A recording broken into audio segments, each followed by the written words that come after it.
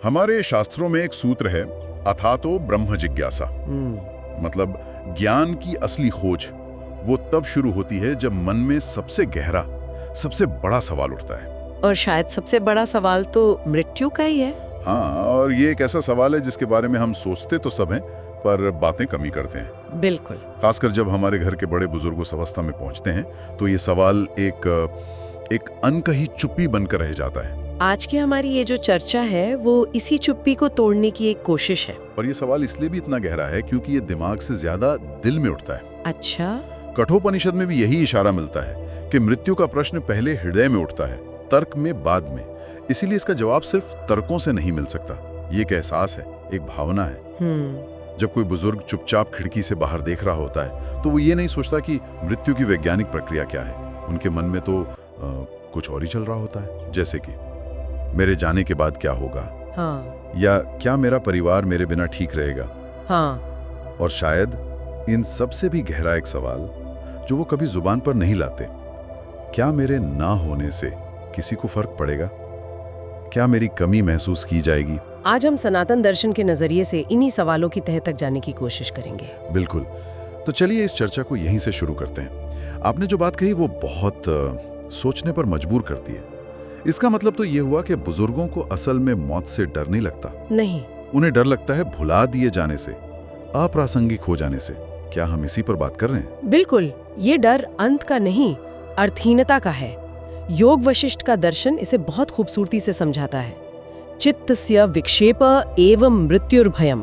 इसका क्या अर्थ हुआ? यानी जब मन बेचैन, बिखरा हुआ और अस्थिर हो जाता है, तभी मौत एक डरावनी शक्ल ले लेती है। अगर मन शांत और स्थिर है तो यही मौत जीवन का एक स्वाभाविक पड़ाव नजर आती है। ये एक मिनट रुकते हैं, ये बहुत अहम बात है। तो असली मुद्दा मौत नहीं बल्कि मन की वो बेचैनी है। जी। तो सवाल ये उठता है कि आखिर वृद्धावस्था में ये मन इतना बेचैन और अस्थिर क्यों हो जाता है? बाहर से तो सब शांत दिखता है। इसके कारण बहुत गहरे हैं और आज के समाज से जुड़े हुए हैं। सबसे पहला कारण है रफ्तार का फर्क। रफ्तार का फर्क? हाँ, आज की दुनिया बहुत तेज भाग रही है। जिस दुनिया को उन्होंने अपनी जवानी में बनाया था, आज वो उसे पहचान नहीं पाते। नई तकनीक, नई सामाजिक नियम, वो इसमें खुद को एक दर्शक जैसा महसूस करते हैं, भागीदार नहीं। उन्हें लगता है कि दुनिया उनसे आगे निकल गई है। बिल्कुल। और जब कोई चीज आपसे आगे निकल जाती है तो आप पीछे छूट जाते हैं। और पीछे छूट जाने का एहसास ही तो अकेलेपन की पहली सीढ़ी है। सही कहा।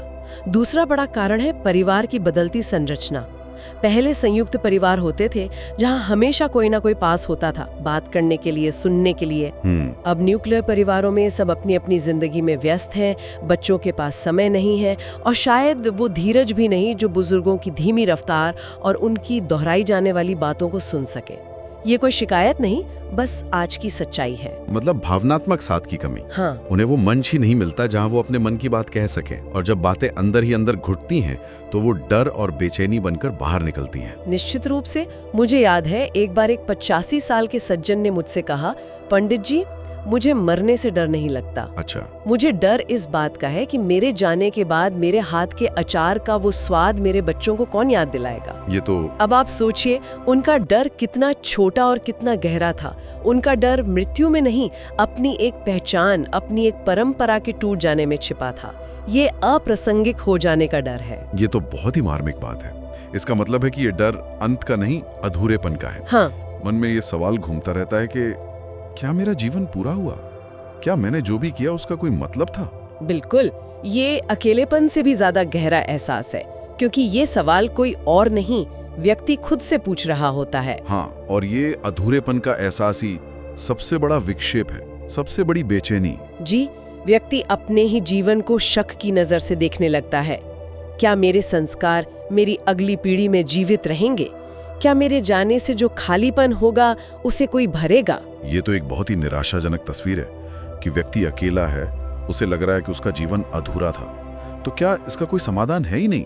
क्या दर्शन शास्त्र यहाँ आकर चुप हो जाता है? नहीं, बिल्कुल नहीं। बल्कि यहीं से श्रीमद् भगवत गीता का ज्ञान वो रास्ता दिखाना शुरू करता है। अच्छा। गीता इस अधूरेपन के एहसास को जड़ से मिटाने की बात करती है। भगवान कृष्ण कहते हैं, न जायते म्रियते वा कदाचित। अर्थात आत्मा न कभी जन्म लेती है, न कभी मरती है, ये तो बस शरीर बदलती है, जैसे हम पुराने कपड़े उतार कर नए पहन लेते हैं। ये शरीर का अंत है, उस चेतना का नहीं जो हम हैं। एक मिनट में ये ठीक से समझना चाहता हूँ। ये ज्ञान तो किताबों में सदियों से है, हम सब ने कहीं ना कहीं ये सुना है। फिर भी समाज में ये डर इतना गहरा क्यों है? कहीं ना कहीं ये ज्ञान लोगों तक पहुंचने में या उनके दिल में उतरने में असफल हो रहा है ना? बिल्कुल।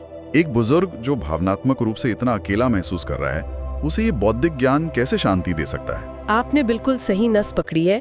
यही तो सबसे बड़ी चुनौती है। ये ज्ञान सिर्फ प्रवचन सुनने या किताब पढ़ने से दिल में नहीं उतरता। तो फिर कैसे? ये ज्ञान तर्क से भावना तक की यात्रा तब पूरी करता है जब वो एक जीवंत अनुभव बन जाता है। और ये अनुभव कोई गुरु या पंडित नहीं, बल्कि परिवार देता है। हाँ, परिवार देता है। इसे थोड़ा और समझाइए। परिवार ये अनुभव कैसे दे सकता है? के लिए बैठते हैं। अच्छा। जब कोई पोता या पोती आकर उनसे पूछता है, दादी आप अपने जमाने में ये त्योहार कैसे मनाती थी, या दादाजी आप ये फैसला कैसे लेते थे, हाँ। तब उन्हें ये एहसास होता है कि उनका जीवन व्यर्थ नहीं था।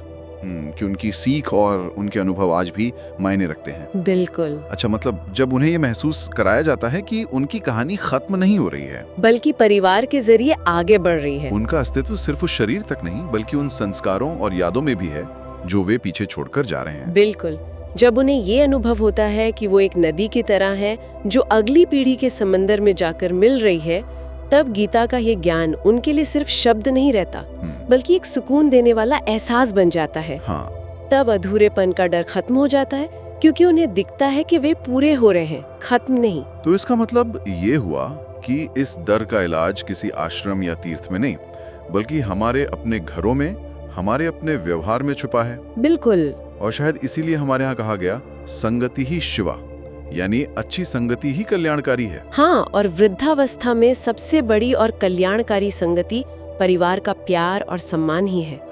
इस उम्र में किसी बड़े उपदेश से ज्यादा जरूरत इस बात की होती है कि कोई उनका हाथ थामकर बस चुपचाप उनके पास बैठ जाए, उनकी अनकही बातों को सुनने की कोशिश करे। ये संगति ही उनके बेचैन मन को स्थिरता देती होगी। निश्चित रूप से डर तब तक ही ताकतवर होता है जब तक हम अकेले होते हैं। सही कहा। जैसे ही कोई साथ आकर बैठता है, डर की पकड़ ढीली पड़ने लगती है। जब कोई बुजुर्ग ये महसूस करता है कि कोई है जो उनकी खामोशी को भी समझ रहा है, तो वो अकेलापन जो डर को खाद पानी देता है, वो प्रेम और संवाद की रोशनी में भाप बनकर उड़ जाता है। तो अगर मैं इस पूरी चर्चा का सार निकालूं, तो वो ये है, मृत्यु का डर असल में एक मानसिक स्थिति है। हाँ, ये सीधे तौर पर मौत से नहीं, बल्कि अकेलेपन, अप्रासंगिकता और अधूरेपन के एहसास से पैदा होती है। बिल्कुल। और इसका समाधान संवाद से शुरू होता है, चिंतन से और घटता है, और अंत में प्रेम और स्वीकृति से पूरी तरह समाप्त हो जाता है। आपने इसे बहुत सुंदर तरीके से समेटा है। संवाद डर के अंधेरे में पहला दिया जलाता है, और आत्मचिंतन उस दिए की लौ को और तेज करता है। और जब परिवार का बिना शर्त वाला प्यार मिलता है, तो पूरा कमरा रोशन हो जाता है और डर का अंधेरा कहीं नहीं टिकता। हमारी इस पूरी बातचीत को एक अंजाम तक पहुंचाने के लिए मुझे ईशोपनिषद का एक विचार याद आ रहा है। बताइए। उपनिषद कहता है, विद्यांच अविद्यांच यस्तद वेदो भयम सह। इसका बहुत गहरा मतलब है। समझाइए जरा। यहाँ अविद्या का अर्थ है सांसारिक जीवन जिसे हम जीते हैं, और विद्या का अर्थ है मृत्यु का सत्य, यानी वो ज्ञान जो शरीर के पार है। अच्छा। उपनिषद कहता है कि जो व्यक्ति इन दोनों को एक साथ समझ लेता है, यानी जीवन की यात्रा और मृत्यु के पड़ाव दोनों को एक ही सिक्के के दो पहलुओं की तरह देख लेता है, उसके अंदर से डर हमेशा के लिए चला जाता है। तो बुजुर्गों को शायद जीवन के अंत में इसी एक समझ की जरूरत होती है। हाँ। कि मृत्यु जीवन का अंत नहीं है, बल्कि चेतना के लिए एक दरवाजा है। बिल्कुल, ये एक पूर्ण विराम नहीं, बल्कि एक नया अध्याय है। तो जो चेतना है, हाँ, वो थकती नहीं। यही अंतिम और सबसे मुक्त करने वाला सत्य है। जब आत्मा उस दरवाजे से गुजरती है, तो वो थकती नहीं, बल्कि मुक्त होती है। शरीर थक सकता है, चेतना नहीं। वो तो अपने जीवन भर के अनुभवों का सार लेकर एक नई यात्रा पर निकलती है। ये शरीर की थकान का अंत है, आत्मा की यात्रा का नहीं। और जब ये एहसास किसी के दिल में उतर जाता है, तो भीतर एक बहुत बड़ा बदलाव आता होगा। बिल्कुल, डर की जगह एक गहरी शांति और स्वीकृति ले लेती है। और तब भीतर से एक आवाज खुद ब खुद उठती है, जो किसी शास्त्र या उपदेश की नहीं होती। वो एक शांत और संतुष्ट हृदय का अपना अनुभव होता है। क्या कहती है वो आवाज? वो आवाज कहती है, अब मुझे डर नहीं लगता, क्योंकि मेरी यात्रा समाप्त नहीं हो रही, बस एक नए पथ की ओर मुड़ रही है।